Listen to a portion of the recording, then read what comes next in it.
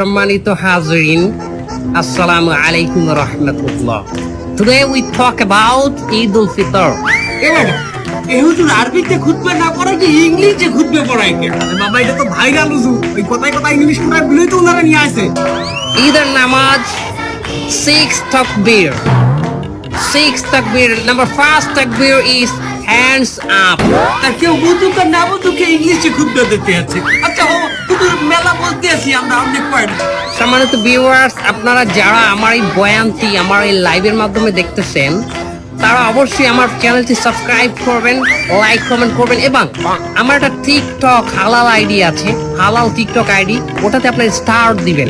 আচ্ছা হুজুর, আমার একটা মশলা কয়েকটি, এই ঈদের দিন কি মহিলারা পর্দা সহকারে নাচতে পারবে?